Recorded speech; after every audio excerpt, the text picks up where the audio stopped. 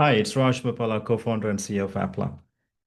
As a parent, we want to give the best experience for our kids. I've got two kids, 11 plus, and other one is doing GCSE exams. So we've spent a lot of time and a lot of money for tuitions, 40, 50 pounds a class on math, science, and English, and many things. And also we've tried our platforms and people saying, okay, use Atom Learning, iExcel, and this and that. And they're okay, but at the end of the day, you're paying 40, 50 pounds for them, and it's really not working out. It's just like only one, and again, where do you go for the next, right? And it's just like a simple mock exam practice, it's there are so many things you can do. It's not really a comprehensive feedback mechanism tool, right? That's what I think. I got really frustrated with all these tools, and again, spending with teachers and tutors is not really working out. So here, that's why we built Appla with the vision of actually helping kids as early as, like from year 8 years onwards to all the way to the GCSEs. We've got the whole curriculum built. Again, we've digitalized the whole UK curriculum here. So, and actually we're giving a value only 9.99 a month, 10 pounds, right? What is that? Is the cost of a pizza, even less than that. And so we want to give that a best experience for everyone. You can really see from year 4 to year 11, they can see every single subject, math, they can able to look at this lesson. They can practice but understand the concept first rather than writing an exam for the sake of writing. And then you can able to do a lot of practice also. Then, what is this thing? And then you can see the assessment and whatever you wanted to do. And you can do a lot of things again each year, year 4, year 5, year 6, all the way to there, right? And that's about it. And also you can, once you have there, then probably, most people will go for 11 plus, which obviously you can really see. And yeah, so we have built a comprehensive 11 plus past papers, around 5,000 papers we have. And again, four topics: verbal, non-verbal, math, and English. So you can able to see pretty much everything. You can take exams. Also, you can get the feedback. Also, you can see how many exams you've been taking. And these are the exams I've been taking, verbal reasoning, and also you can really give the feedback by the subject, by lesson, and at least it will give you a really great feedback for the parent and also teacher for obviously if he's having a teacher and also a parent and the kid for writing them as well.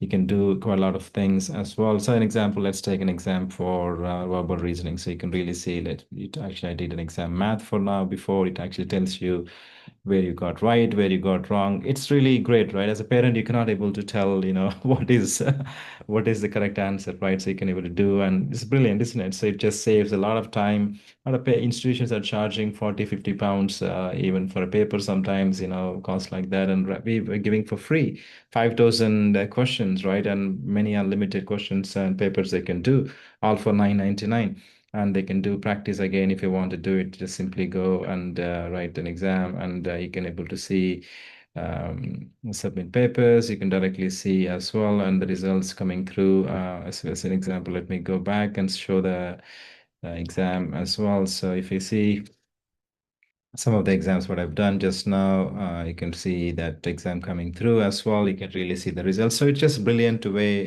to actually get the feedback as well as assessments for the kid who is writing the exam and studying, as well as for parents not to spend too much time for them to sit with them and write down exams, and also more importantly the cost. And we'll explain a lot also all of this in subsequent videos. You can also see that as well. I really trust this is valuable, and take advantage of this offer. It's only 9.99, which is a significantly lower cost. Anyone can able to afford it. It's a cost of a small pizza these days, and compared to 40, 50 pounds a tuition class. And I truly trust this is helpful for you. And yeah, sign up at applaa.com/UK, applaa.com/UK, and register for free. And it's 1 month free as well for you guys. So make use of it. And if you're writing the 11 plus exam, all the best. And again, we'll explain further details also in the subsequent videos. Thank you for watching. Welcome back, everyone. I am absolutely thrilled to have you here today. In this explainer, we're tackling a milestone that brings a whole mix of excitement and, let's be totally honest, a pretty hefty dose of anxiety to households everywhere. Yep, we're talking about the 11 plus English exam.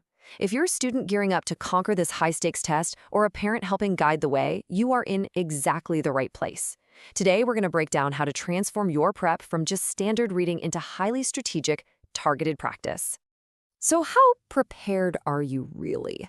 Look, we all know the immense pressure surrounding the 11 plus.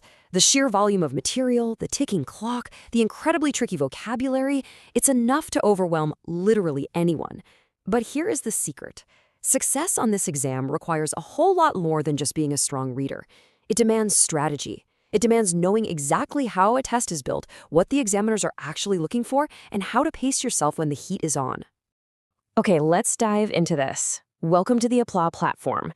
We're going to use this practice environment as our main case study today because, well, it's designed to mimic the exact style and rigor of the real 11 plus English exams. By getting familiar with this interface, we can start to really deconstruct the specific types of challenges you're going to face on test day. To give you a clear benchmark, a standard practice set on the Applaa platform contains exactly 30 rigorous questions. 30! This isn't just some casual pop quiz. It is a full-on mental marathon.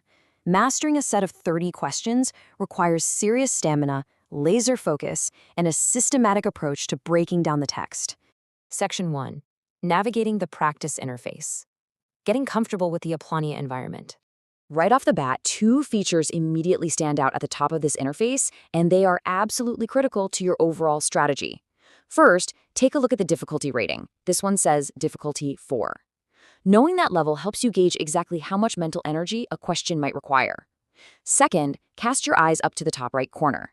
That countdown timer, it's everything. It introduces that real-world exam pressure, forcing you to constantly balance accuracy with speed. You literally cannot spend 5 minutes agonizing over a single question if you want to make it through all 30. Moving right along to Section 2. Tackling factual recall questions. Hunting down the details in texts. The very first major category of questions you'll face involves basic factual recall. For instance, question 1 asks, when did the first Olympic Games take place in ancient Greece? Now, I'll pause for just a second here. Do you actually know the answer? This brilliantly illustrates exactly how factual recall scales up in difficulty. Question 3 asks, according to the passage, approximately how many exoplanets have been confirmed today? Notice how we've jumped all the way from ancient history to modern astronomy. Factual recall isn't just about dates. It's about retrieving highly specific data from incredibly dense, scientific reading passages. Selected option C, you absolutely nailed it. The answer is over 5,400. Home, the massive demand this exam places on a student's mental agility. Consider this contrast. On one side, we have a level 5 difficulty question asking when the International Astronomical Union standardized official constellations. The answer is 1922. Then, right next to it, a totally different question asking for the definition of the complex word irascible. This proves that within a single, fast-paced 30-question sprint, your brain has to rapidly pivot from historical astronomy facts to advanced linguistic definitions. It's a true test of adaptability. Which brings us to Section 3, Mastering Comprehension and Context. This type of question requires you to really synthesize information. Question 27 asks, what does Amira Hussein's victory in the baking competition demonstrate about the festival? The correct answer, that traditional festivals can adapt to reflect Britain's diverse modern communities, requires the student to read the entire passage, grasp those underlying themes, and essentially deduce the author's broader message. Here is another fantastic example, right at the tail end of the test. Question 30 asks, what can be inferred about the relationship between peers and seaside entertainment during the Victorian era? Inference is basically just reading between the lines. The text might not explicitly come out and state, piers were the absolute center of entertainment, but by describing the massive crowds, the multiple attractions, and all the activities happening on them, the student must infer option C, that piers were central to the seaside experience and offered multiple attractions. This right here is high-level reading comprehension in action. All right, Section 4, Testing Advanced Vocabulary.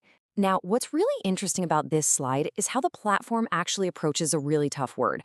Question 28 asks, what does the word irascible mean in the context of line 15? I'll throw the challenge right back to you watching. Without looking it up on your phone, how would you define irascible? Are they extremely intelligent, very wealthy, physically strong, highly organized? The correct answer is easily annoyed or quick-tempered. But here is the real secret sauce. The examiners totally know that an 11-year-old might not have irascible in their daily vocabulary. The key phrase in that question was, in the context of line 15. Students must use the surrounding sentence clues, maybe the character was described as shouting over a minor inconvenience, to arrive at the specific definition rather than just taking a wild guess. They're testing contextual deduction here, not just raw vocabulary memorization. Continuing that context clue strategy, let's look at one more vocabulary example. Question 9 asks what the word synonymous means when describing donkey rides.